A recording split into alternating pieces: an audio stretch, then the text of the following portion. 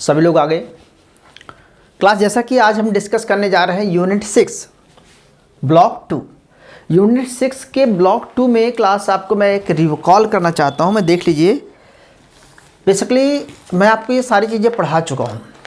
फिर मैं आपको बताता हूं क्लास कि यूनिट 6 के पहले पार्ट में देखिए, सबसे पहले क्या है कि प्रोडक्शन फंक्शन है। तो प्रोडक्शन फंक्शन में आपको linear production function, fix production function और कॉफ डगलस प्रोडक्शन फंक्शन ये आपको मैंने करा चुका।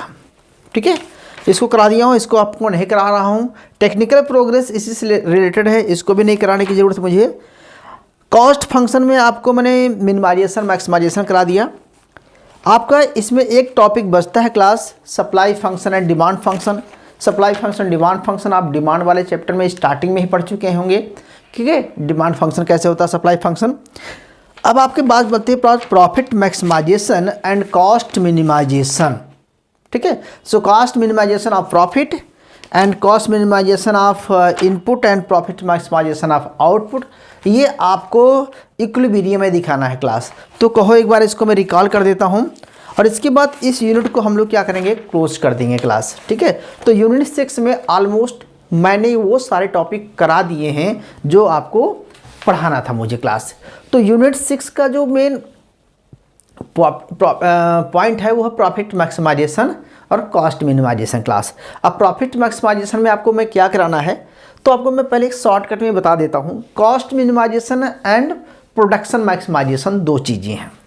ठीक है, इसको मैं एक अपने तरीके से समझा दे रहा हूँ, आपकी रीडिंग पे मैं नहीं जा रहा हूँ, आपके बुक्स में। क्लास देखो, अगर प्रॉफिट मैक्सिमाइजेशन का मतलब होता है कि प्रोडक्शन को मैक्सिमाइज करना है। ठीक है, तो एक केस में देखिए, ध्यान समझना क्लास।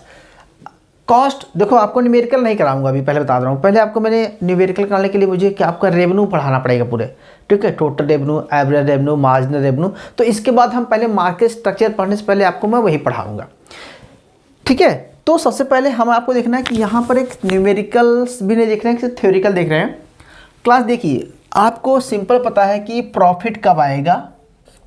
प्रॉफिट कब आता है, जहाँ पर total revenue minus total cost profit होगा। अब क्लास प्रॉफिट मैक्सिमाइजेशन की कंडीशन क्या है।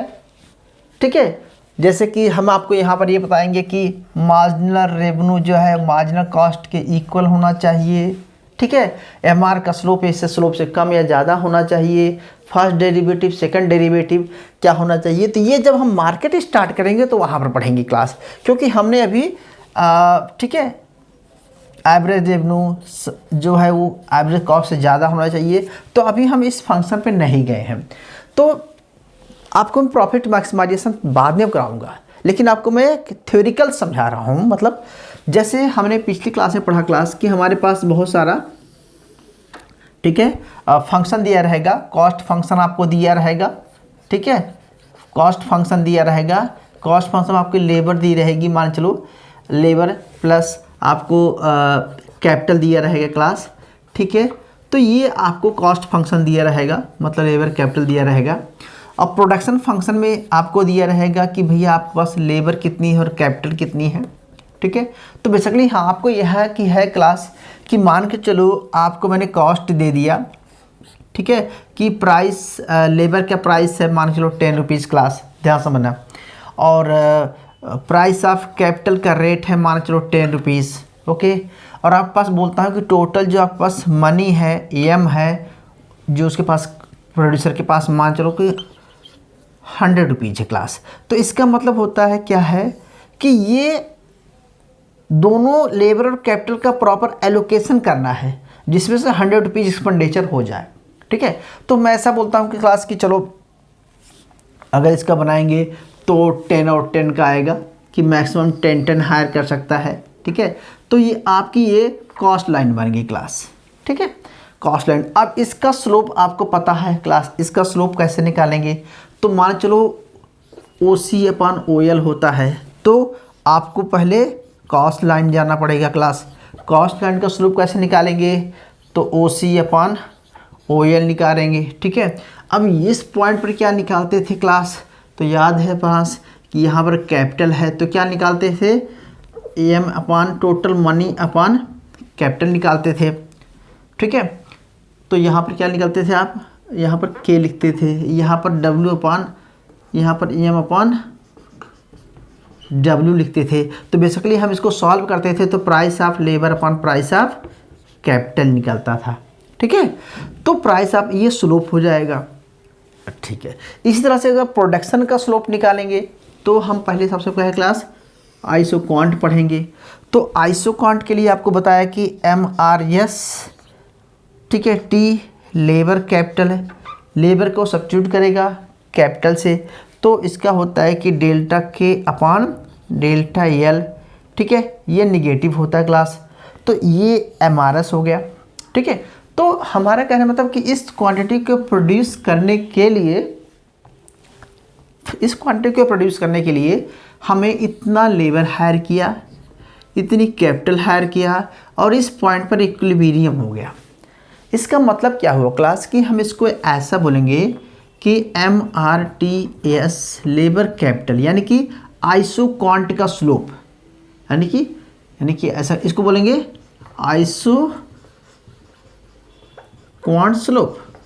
ओके, आइसोक्वांट का स्लोप किसके बराबर हो रहा है? इक्वल हो रहा है, ठीक है, cost line slope, iso cost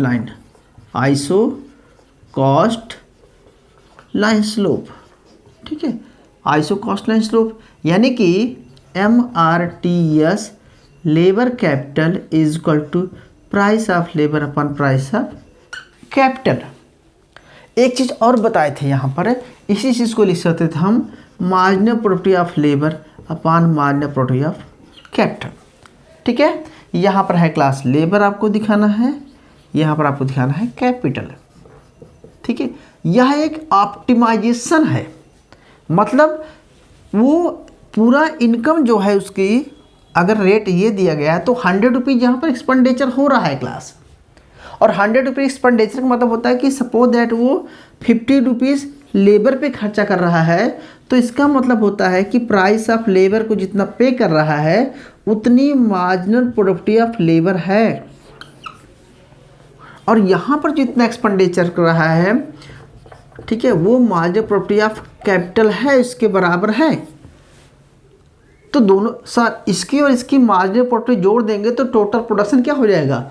total production निकल आएगा। ठीक है, तो इस केस में है ना कि क्लास का ये पॉइंट्स हो गया आपका ऑप्टिमम पॉइंट, इक्विलिब्रियम पॉइंट।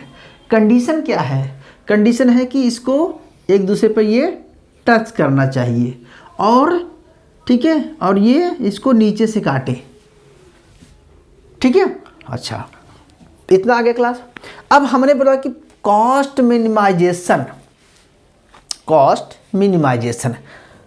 ठीक है, अब मिनिमाइजेशन के लिए क्लास मान तो हमारे पास 3 कॉस्ट लाइन है। ठीक है, ध्यान समझना बेटा जी, ग्राफ में समझा दें, कॉस्ट की मान लो 3 लाइन है। ठीक है, तो इसका मतलब हुआ कि मान लो आपके पास एक लाइन ये कॉस्ट की है, एक लाइन ये कॉस्ट की है, और आपके पास ये 3 कॉस्ट लाइन है। ठीक है, CL, C1, L1, C0 और C0। ओके, मान चलो। तो ये क्लास हमारे ये कहना चाहते हैं कि आपके पास 3 अलग अलग कॉम्बिनेशन है लेबर और कॉस्ट के, लेबर और कैपिटल के।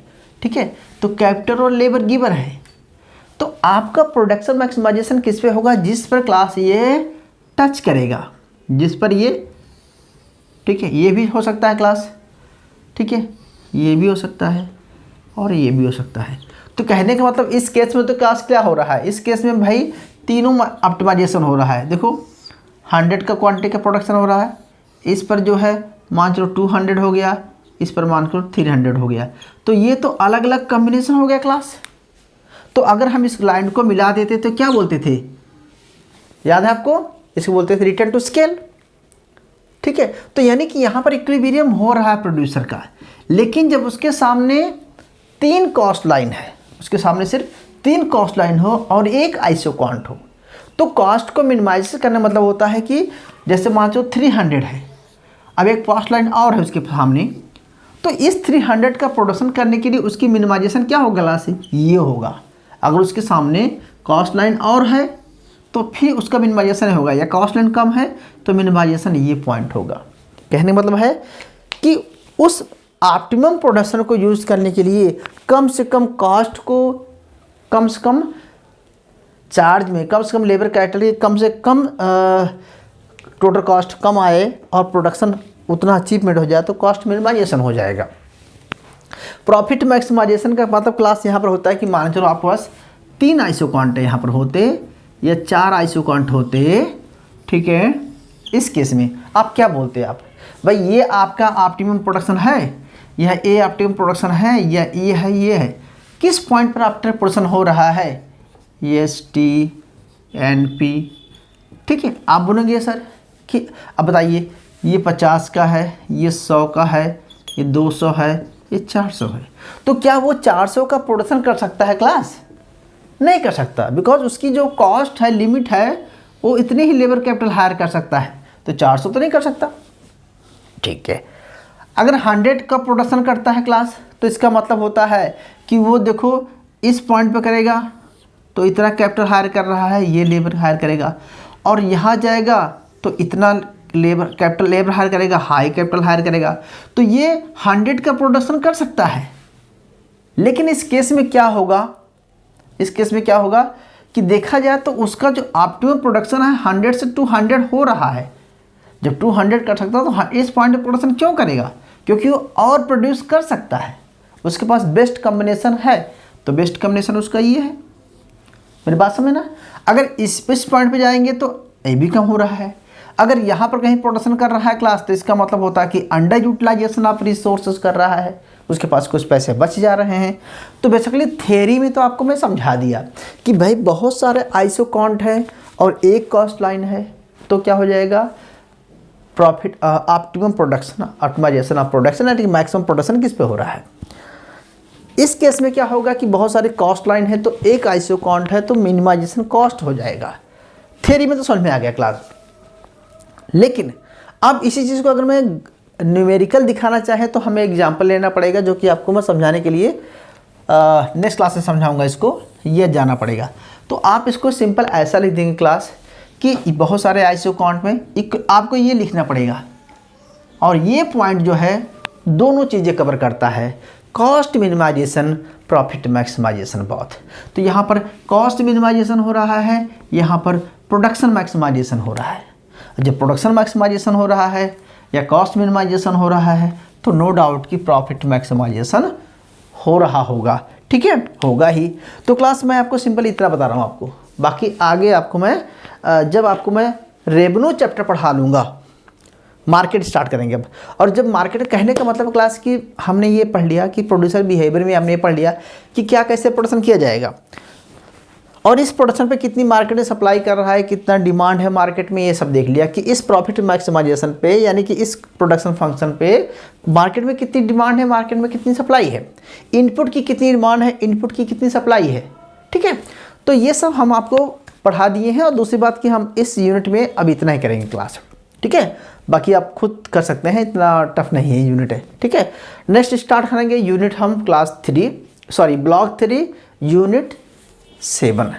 तो ब्लॉक 3 यूनिट 7 स्टार्ट करेंगे, लेकिन इसके पहले मैं इसमें से आपका जो न्यूमेरिकल क्वेश्चन है, मतलब प्रॉफिट मैक्सिमाइजेशन, कॉस्ट मिनिमाइजेशन का, इसको मैं न्यूमेरिकल कराऊंगा। लेकिन पहले आपको थोड़ा सा रेवेन्यू के बारे में, थोड़ा TR कैसे निकालते हैं, MR कैसे निकालते हैं, AR कैसे निकालते हैं, उसका पार्शियल डेरिवेटिव कैसे करते हैं, मैं पहले आपको वो करा देता हूँ। इसके बाद फिर से थोड़ा सा यहाँ पर आ जाएंगे।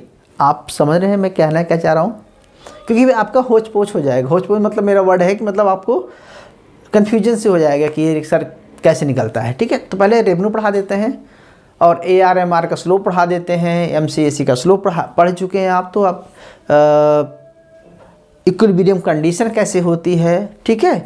हम आपको ये सब पढ़ाने के बाद हम आपको प्रॉफिट मैक्सिमाइजेशन पढ़ाएंगे, TR TC approach, AR MR approach, ठीक है, AR AC approach, MR MC approach. ये सब अप्रोच कब पढ़ेंगे बेटा? जब हम मार्केट पढ़ेंगे तो। सो अब हमारा टॉपिक स्टार्ट होगा ब्लॉक 3 और यूनिट 7। तो हालांकि उसमें सीधे उन्होंने आपका परफेक्ट कंपटीशन से स्टार्ट कर रहे हैं, लेकिन परफेक्ट कंपटीशन से पहले और इस कॉस्ट को ख़त्म करने के पहले से बाद में हमें बीच में थोड़ा रेवेन्यू पढ़ना पड़ता है कि अब भैया प्रोडक्शन हो गया तो उसको सेल कैसे करेंगे, तो रेवेन्यू कैसे निकालेंगे। ठीक है, तो ये सब पढ़ने के लिए हम क्लास अब पढ़ेंगे। ठीक है, सो स्टार्ट करते हैं नेक्स्ट यूनिट। तो आप प्लीज़ नोट डाउन कर लीजिए। Thank you.